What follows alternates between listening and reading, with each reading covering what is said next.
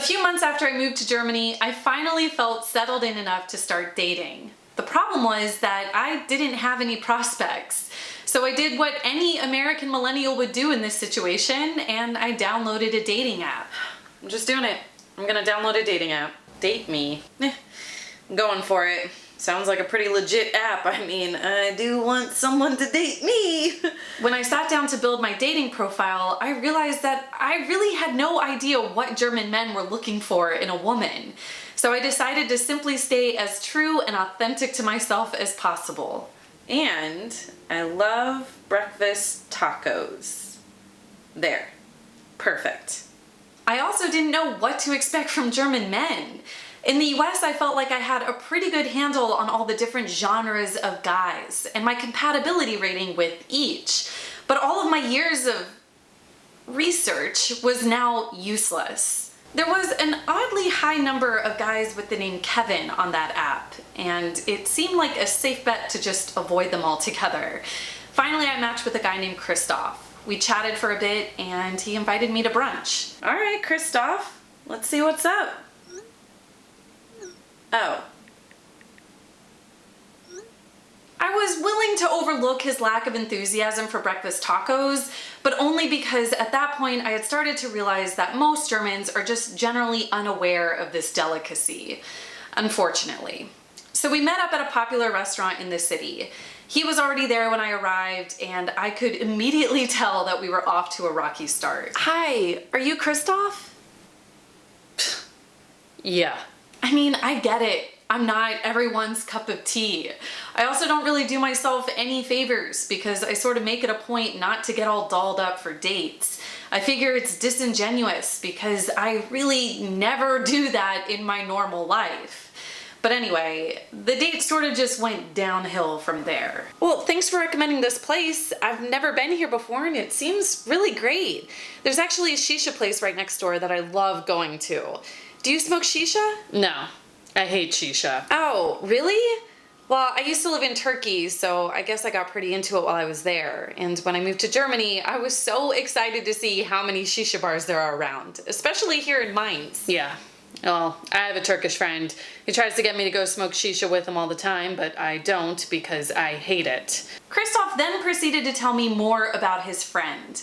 He revealed such incredibly personal details about his friend that I now know more about this stranger than I do most of my closest friends. Yeah, so basically, he was determined to only date and marry a virgin.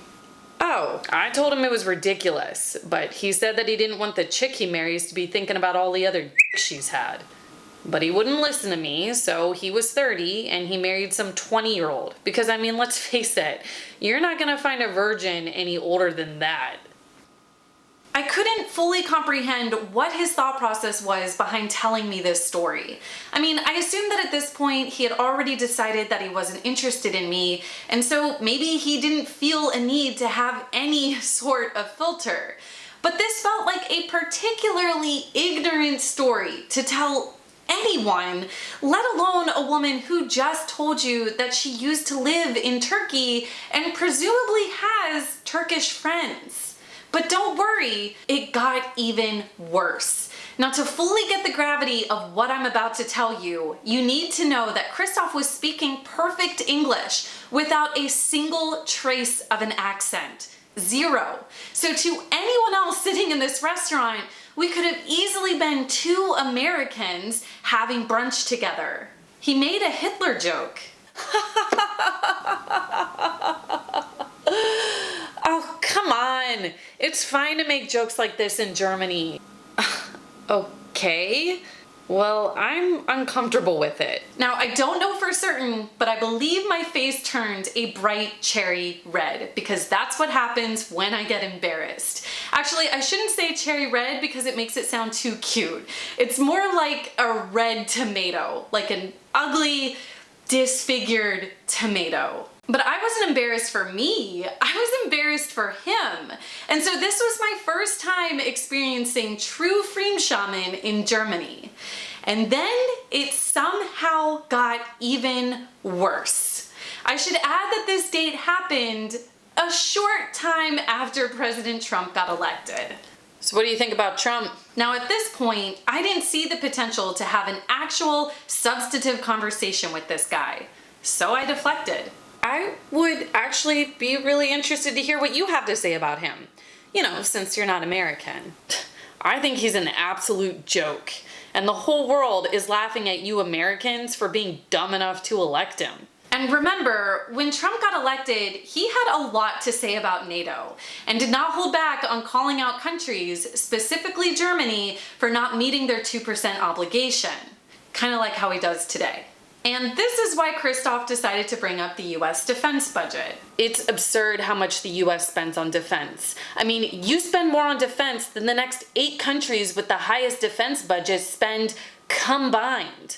I was beyond over it. I have no issues discussing such topics, but on a first date, particularly this first date and all the ground we had already covered. So how do you think other NATO countries would react if the US did cut its defense spending?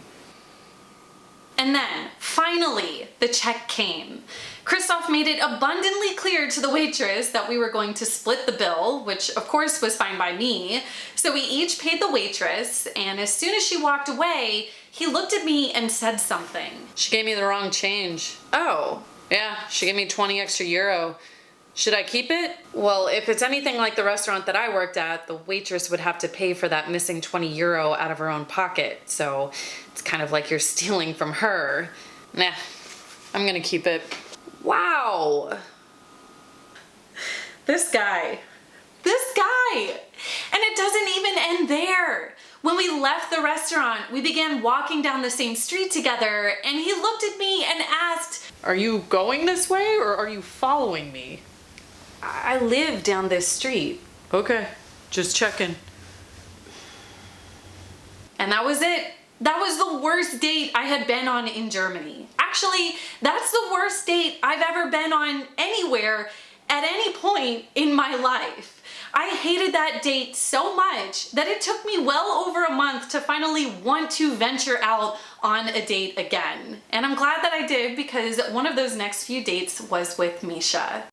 Thank you so much for watching, guys. I hope that my pain at least brought you some laughs. If you like this video, let me know by giving it a big thumbs up. If you haven't subscribed to my channel yet, make sure you hit that subscribe button. If you're not following me on Instagram, look me up at Kelly Does Her Thing. I'm always posting different stories and photos on there. I promise I'll start posting more photos on my Instagram feed of me, since those seem to be the types of photos everyone likes the most.